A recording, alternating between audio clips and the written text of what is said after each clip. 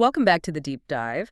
Today, we're taking a look at something really fascinating, a resource that sort of defies easy categorization. We're diving into the SOULStar Tools archive. This was put together by IAMOmni777, who also goes by Kandayia Ali. Right, and it's quite an extensive collection of work. It really is. Our goal today really is to understand what this is all about. It seems to blend, spiritual science, things like sound, energy, with very practical, almost systematic trauma healing methods. Yeah, that's a good way to put it. And we also really need to unpack its core identity and maybe most importantly, its whole philosophy around accessibility, around the spiritual economy. It's quite radical. It is, and it's definitely not your typical self-help guide. The material itself, it calls itself a healing laboratory for the awakened soul. A laboratory like that. Yeah, it suggests experimentation, doesn't it? It Yeah. acts like a research hub where these spiritual sciences, sound, energy, embodiment are applied directly to, well, measurable trauma healing techniques. What strikes me as unique is how it positions itself. It feels like a guide for people who are sort of walking that line, between trauma and transcendence, maybe. Exactly. It explicitly tries to bridge the scientific and the sacred. Which is a big task. A huge task. Yeah. And it offers more than just, like, inspiration. It provides actual language, specific tools, structured approaches for transformation. It treats self-repair almost like a research project you undertake yourself. Open-ended, but systematic. Okay, so if we're going to engage with this, we need to understand their language, their lexicon first, right? How they talk about the energetic side of pain. Precisely. The archive really guides you to understand that trauma isn't just psychological scarring. It translates into trapped energy in the system. Right? Stuck energy. Yeah, and that energy needs to be systematically addressed, restored, really, to get back to inner balance. Okay, let's unpack that lexicon then. What are some of the key concepts they use, particularly in their Lightkeeper series, that sort of reframe trauma for someone learning this? Well, they give a lot of precision to internal experiences that often just get brushed off as vague feelings. Like what? Like somatic echo. They use that term to describe how past trauma can keep reverberating in the body, lingering physical sensations long after the event. Okay, like phantom pains or tensions? Sort of, yeah. Mm. And it requires somatic body-based release work to clear it. That concept, somatic echo, it does pop up in some modern trauma therapy, doesn't it?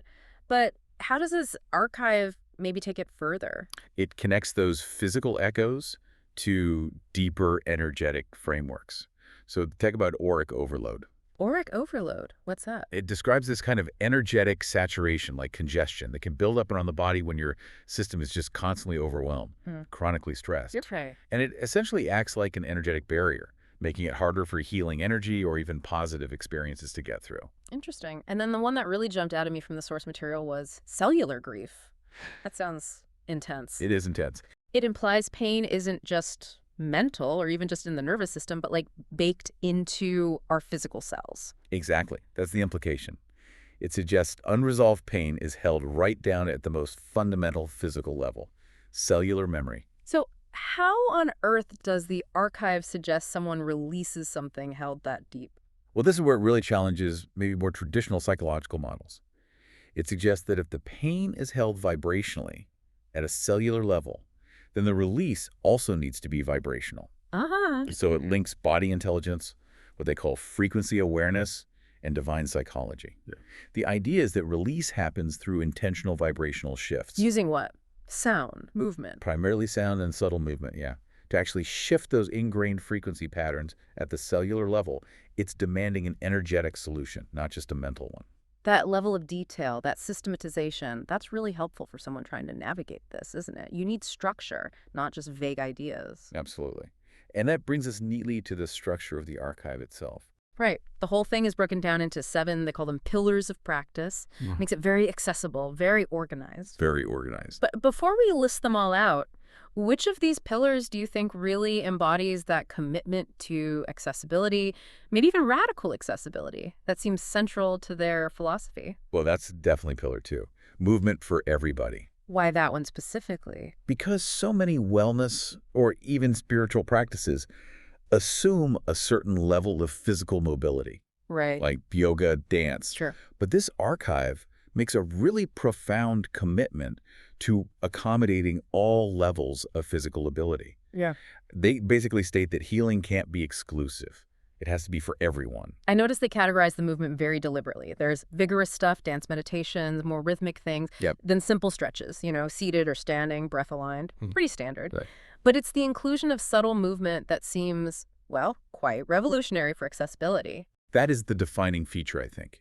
Subtle movement focuses on tiny things. Micro movements, like releasing tension in your hands or face, tiny little stretches you can do lying down.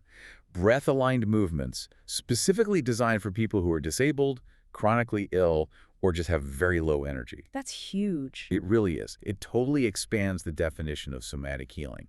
It's not about fitness. It's about facilitating energy flow, even in the smallest ways possible.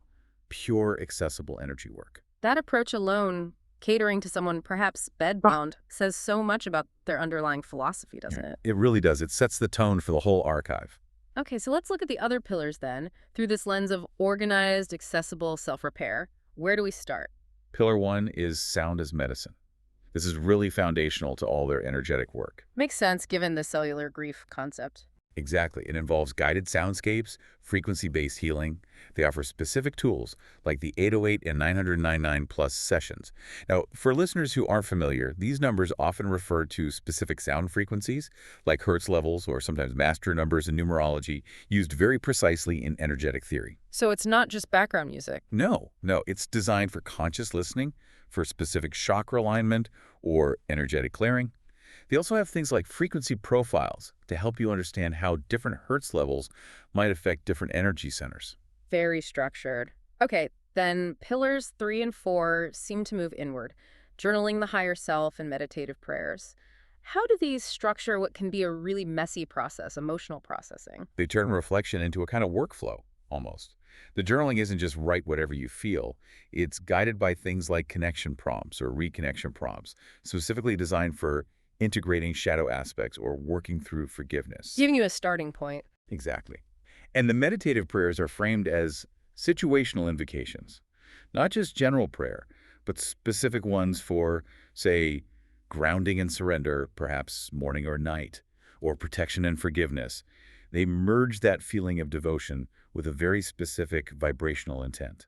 And they maintain accessibility here too. Yes, critically. They offer voice-guided reflections and prayers for people who might have visual impairments or physical limitations, making writing difficult. Again, removing barriers. Okay, that takes us to pillars 5 and 6. These seem to deal with the tangible and the darker psychological stuff. Pillar 5 is anointed earth remedies, getting hands-on with nature. Right. This is where practical physical healing meets intention. They provide really specific details like healing bath recipes. Not just throw some salts in the tub. Not at all. It's specific salts, herbs, oils, often paired with particular sound frequencies to listen to while you soak. It makes the healing act very intentional.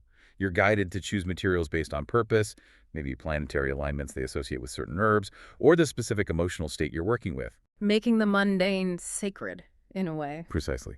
And then pillar 6, the shadow integration portal. This feels like where the really deep, perhaps difficult trauma work is organized. Confronting the dark night of the soul stuff is inherently chaotic, overwhelming for most people. How does this pillar bring structure to that? They provide a clear methodology, specific tools, things like dark night diaries, which are lived accounts from others, normalizing the process of spiritual collapse and rebirth, making you feel less isolating. They also have tools like forgiveness maps. But maybe the most insightful one is emotional cartography. Emotional cartography. Mapping emotions. Yeah, using visual charts, diagrams almost, to help you navigate, map out, and understand the energy tied up in difficult emotions like anger, grief, guilt, shame.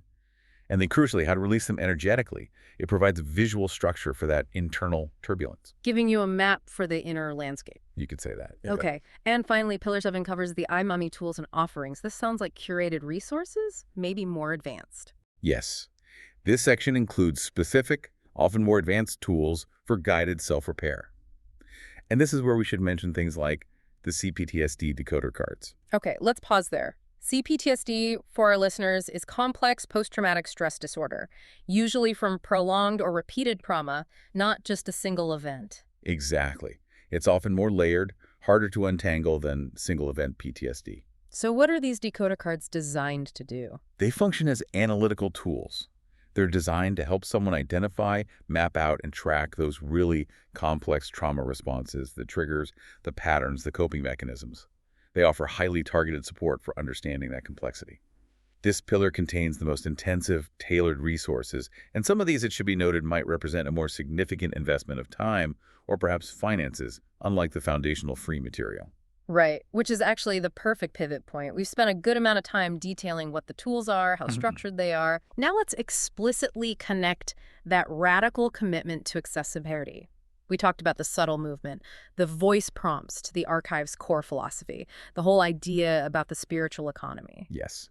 This is where, I think, the deep dive really earns its name. Because the philosophy driving this whole resource is, well, it's one of revolutionary generosity. How so? The source material explicitly states its aim is to be living proof that spiritual work doesn't have to be commercialized to be powerful. Wow, that's a direct challenge, isn't it? Right to the heart of the, multi-billion-dollar wellness industry. It's a frontal challenge, absolutely.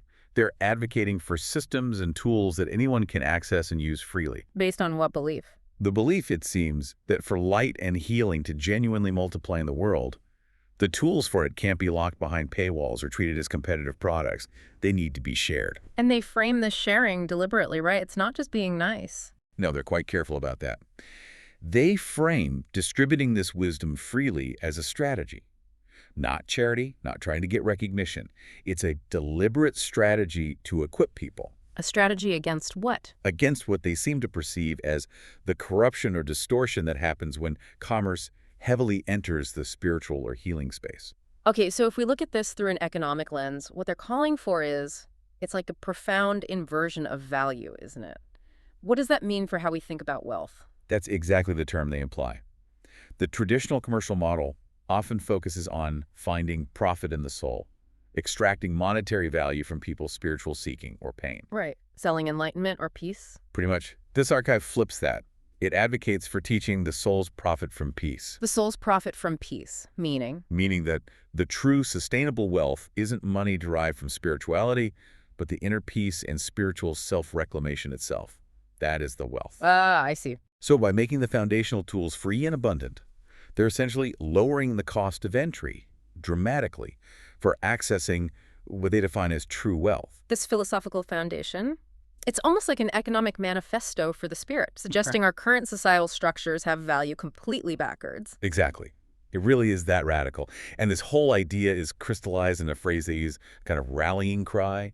I am arming the saints. Arming the saints. That's strong language. It is. But it's framed as a promise to freely equip everyday people, the sense, in this context, with the spiritual tools they need to reclaim their inner authority, their inner peace. How is the knowledge distributed then? Like secrets passed down? No, more like, well, they use the analogy of open source software for the spirit. Open source software, like Linux for the soul? Sort of. You're given the core code, the foundational tools necessary for self-maintenance, self-repair, freely and openly, for soul survival, as they put it. Wow, okay. So this deep dive has really shown us an archive that's much more than just a collection of, meditations and sound baths. Much more. It's a highly structured 7-pillar methodology for self-repair, deeply rooted in this radically generous philosophy that challenges the whole commercialization of inner peace. It provides actionable, deep knowledge. It's a remarkable model, really, for self-directed healing. But as always, especially with material dealing with trauma, we absolutely must include the disclaimer provided by the source. Absolutely essential. Okay, so just to be crystal clear for everyone listening, the content shared by IAMOmni777 Kandayia Ali is intended for educational and trauma healing support purposes only. Crucially, it is not meant to replace professional medical or psychological diagnosis or treatment. Right. It's designed to potentially assist your healing process alongside professional guidance, not act as a substitute for it. And given the focus on deep shadow work and trauma, some of the material could be emotionally triggering. Users are strongly advised to approach it with self-awareness, self-care, and ideally existing support systems in place. Please take that seriously if you explore this material.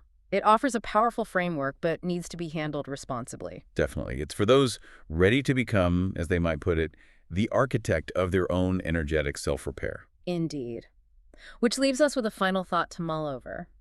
If we take their Thomas seriously, that inner peace is the ultimate wealth, and spiritual wisdom should be distributed freely, like open source code for soul survival, what systemic barriers, political, social, economic, would actually need to be dismantled in our world to truly prioritize the soul's profit from peace over purely commercial profit? What would that society even look like? That is a provocative question to end on. A lot to think about there. Something to carry with you. Thanks for unpacking all this today. Thank you. It was fascinating. We'll catch you on the next deep dive.